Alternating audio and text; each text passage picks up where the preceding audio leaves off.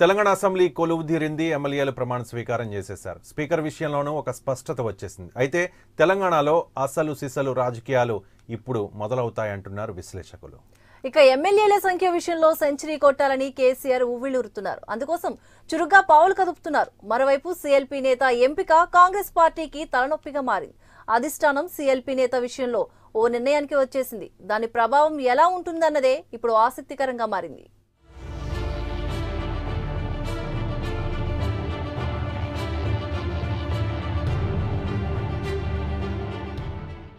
కల్వకుంట్ల చంద్రశేఖరరావు అనే నేను శాసనసభ సభ్యునిగా ఎన్నికైనందున శాసనం ద్వారా నిర్మితమైన భారత రాజ్యాంగం పట్ల నిజమైన విశ్వాసం, విధేయత చూపుతానని, భారతదేశ సార్వభౌమాధికారాన్ని, సమగ్రతను కాపాడుతానని, నేను స్వీకరించబోయే కర్తవ్యాన్ని శ్రద్ధాసక్తులతో నిర్వహిస్తానని దైవసాక్షిగా ప్రమాణం చేస్తున్నాను. దాదాపు నెల రోజుల తర్వాత తెలంగాణ శాసనసభకు ఎన్నికైన సభ్యులు ప్రమాణ స్వీకారం చేశారు.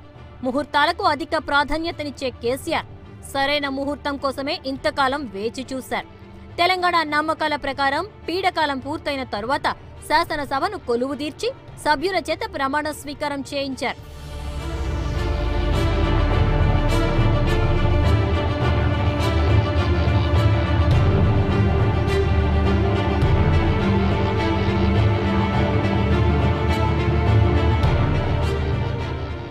ప్రమాణ స్వీకార సమయంలోనూ కొన్ని ఆసక్తికర సంఘటనలు సభలో చోటు చేసుకున్నాయి.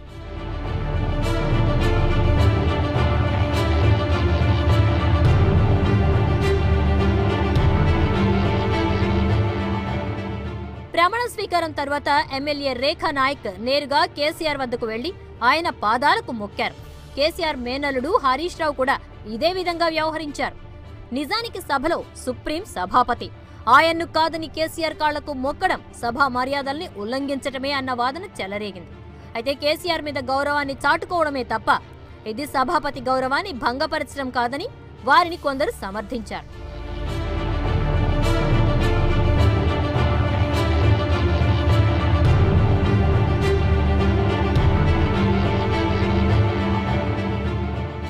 ప్రోటెం స్పీకర్ ముంతాజ్ ఖాన్ అధ్యక్షతన సభ ప్రారంభమైంది. అయితే అసెంబ్లీ స్పీకర్ ఎవరన్న విషయంలో పెద్ద హైడ్రామానే నడిచింది.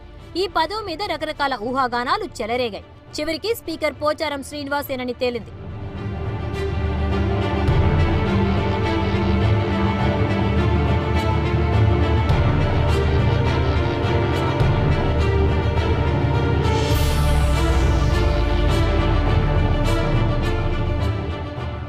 తెలంగాణ స్పీకర్ పదవి ఎవరు చేపడతారన్న దాని మీద చాలా కథనాలే ప్రచారమయ్యాయి. వాటన్నింటినీ తెరదించుతూ పోచారం శ్రీనివాస్ ను స్పీకర్ అభ్యర్థిగా ప్రకటించారు. దీనికి విపక్షాల నుంచి కూడా మద్దతు లభించింది. కాంగ్రెస్ ఎమ్మెల్యే భట్టి విక్రమార్క కూడా పోచారం పేరు ప్రతిపాదించారు. దీంతో పోచారం ఎన్నిక లాంఛనంగానే అయ్యింది.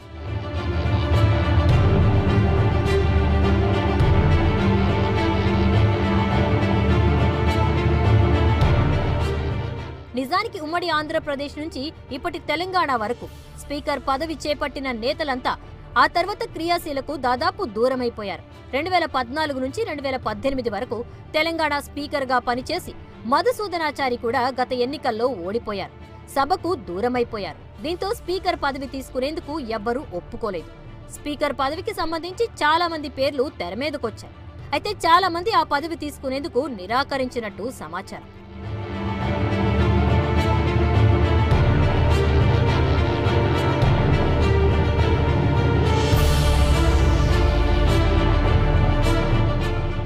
పోచారం కూడా మొదట్లో స్పీకర్ పదవికి అంగీకరించలేదట. అయితే కొన్ని నిర్దిష్ట హామీలు తీసుకున్న తర్వాతే ఆయన స్పీకర్ పదవి చేపట్టేందుకు సిద్ధమైనట్టు సమాచారం. ముఖ్యంగా కుమారుడి రాజకీయ భవిష్యత్తుకు సంబంధించి సీఎం నుంచి ఆయనకు హామీ లభించినట్టు తెలుస్తోంది.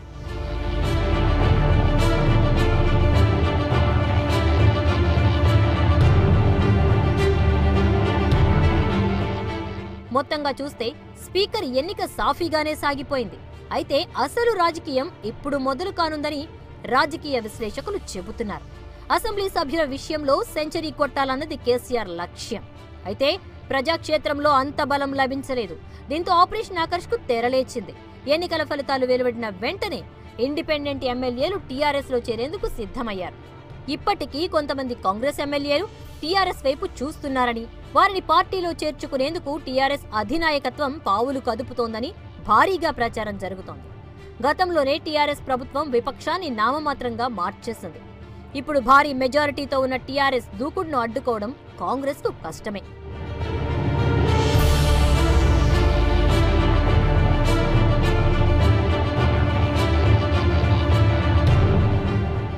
మరోవైపు కాంగ్రెస్ పార్టీ సీఎల్పీ నేత ఎన్నిక విషయంలోనూ కింద మీద పడుతోంది. పార్టీలోని అగ్రనేతల నుంచి జూనియర్ల వరకు అంతా ఆ పదవిని ఆశిస్తున్నారు. ఇది ఆ పార్టీకి పెద్ద తలనొప్పిగా మారింది. పార్టీ ఇప్పటికే భట్టికి ఆ పదవి ఖరారు చేసినట్టు తెలుస్తోంది.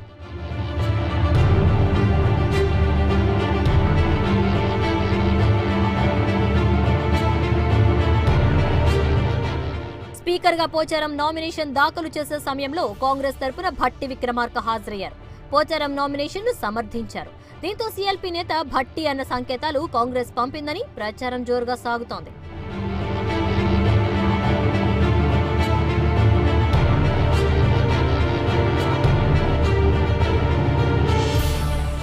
అయితే భట్టికి ఆ పదవి ఖరారు చేస్తే కొంతమంది కాంగ్రెస్ నేతలు అసంతృప్తికి లోనై టీఆర్ఎస్ వైపు పక్కచూపులు చూసే అవకాశం ఉందన్న వాదనలు వినిపిస్తున్నాయి.